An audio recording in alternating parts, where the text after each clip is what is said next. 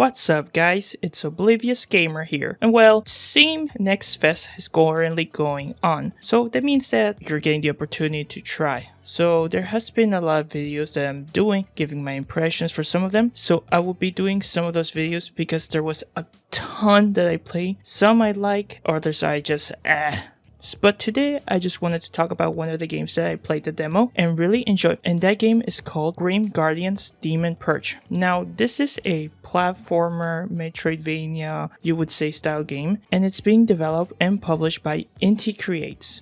You might know Inti Creates of them being the company that made Asher Striker Gunvolt, Bloodstained Curse of the Moon, and Galgun. But at least when it comes to 2D platformers, they're experienced and they've done some pretty good games. So when I saw their name on this game, I was like, oh, I'll give it a try. And I actually had a lot of fun and it was a great experience. The demo can be pretty short, there's only 2 bosses that you fight, but you can go back and forth. Of course, this being a Metroidvania, there are reasons for you to go back into other areas, and this game does allow you to do that. So depending on who you are, you might be able to stretch the time that you spend in the demo, but if you just keep going forward, there's just 2 boss fights, but it's still pretty enjoyable. Now, when it comes to the game, the story basically involves that 2 demon hunter sisters, known as Maya and Shinobu, are on their way to school. And as they're getting there, out of nowhere, their school is turned into this demonic castle. So of course, it's up to them to try to obviously find out what happened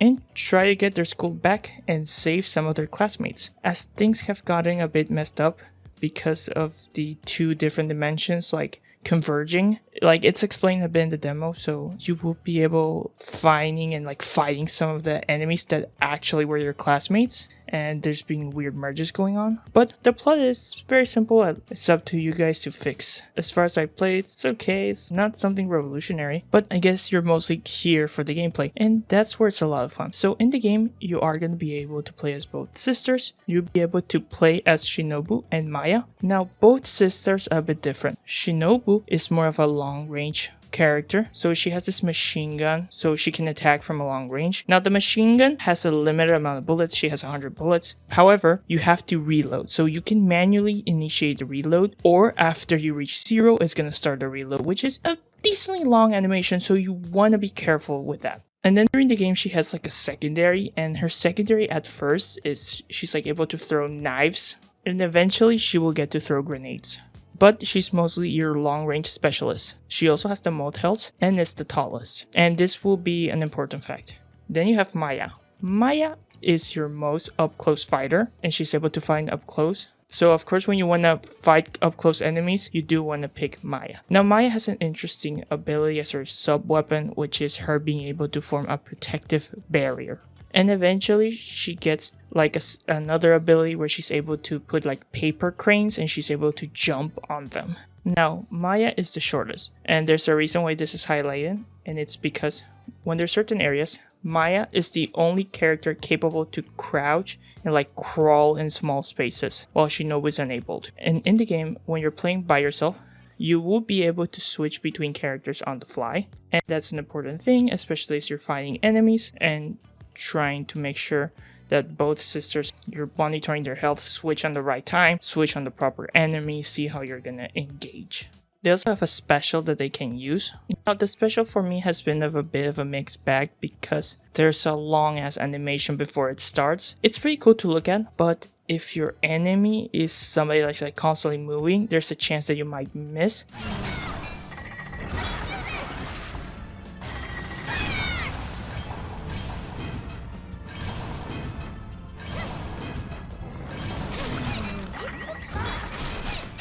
At least when you are doing it, it does seem that like you're in like in an invincible state. So like even if the enemy attacks you, you won't lose health. And that's pretty much it. It's pretty simple, but it's pretty fun and entertaining. There's also another mechanic, and it seems you'll be able to play with 2 players in this game, with obviously one player controlling Shinobu and the other character controlling Maya, which I think it's pretty cool. I personally haven't tried it, but there's definitely footage that they have showed of that. If you want to play with a friend locally, you have that option. Now, when one of the characters dies, you will spawn as the other character, obviously the one that hasn't died, and you'll have to find where you died, and you will find, for example, one of your characters, and you will have to perform like a CPR mechanic on them, which is okay, it's cool, I guess.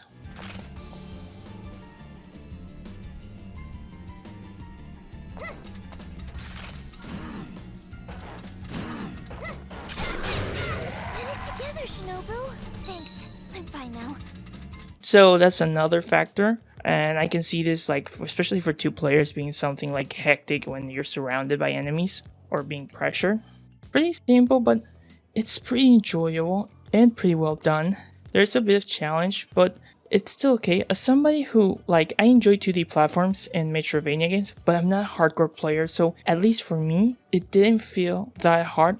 But there is a way for you to change the difficulty, so you can select it before you start the game, so you have that chance if you want to like make it harder for you. When it comes to boss fights, they are entertaining, but when it comes to design, the first one was like it was fine.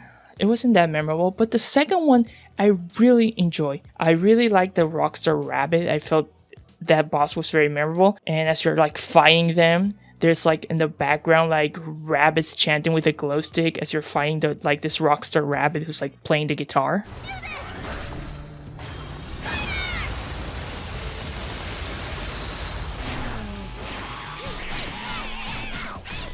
And at the end, when you manage to defeat the rabbit, like there's like chandeliers falling and you have to like try to avoid them.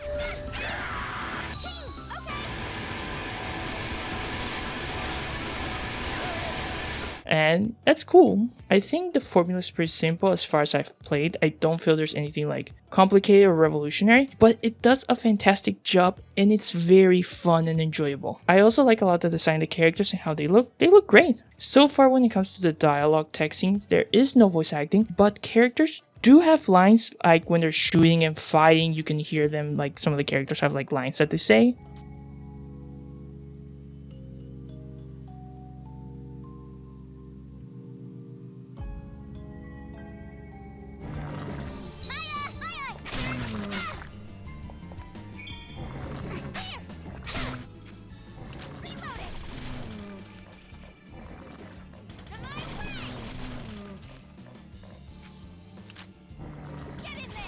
And they're really good. Overall, the game is a great experience. So this is a game I have been looking forward and interested for a while, and now that I play a demo, I will 100% be getting the game once it comes out. Now, the demo is only available, as far as my understanding goes, until the 13th. So if you are interested and have a PC, I definitely recommend giving this game a shot. Now, the game does come out February 23, so it's not a long wait. Personally, I enjoyed it.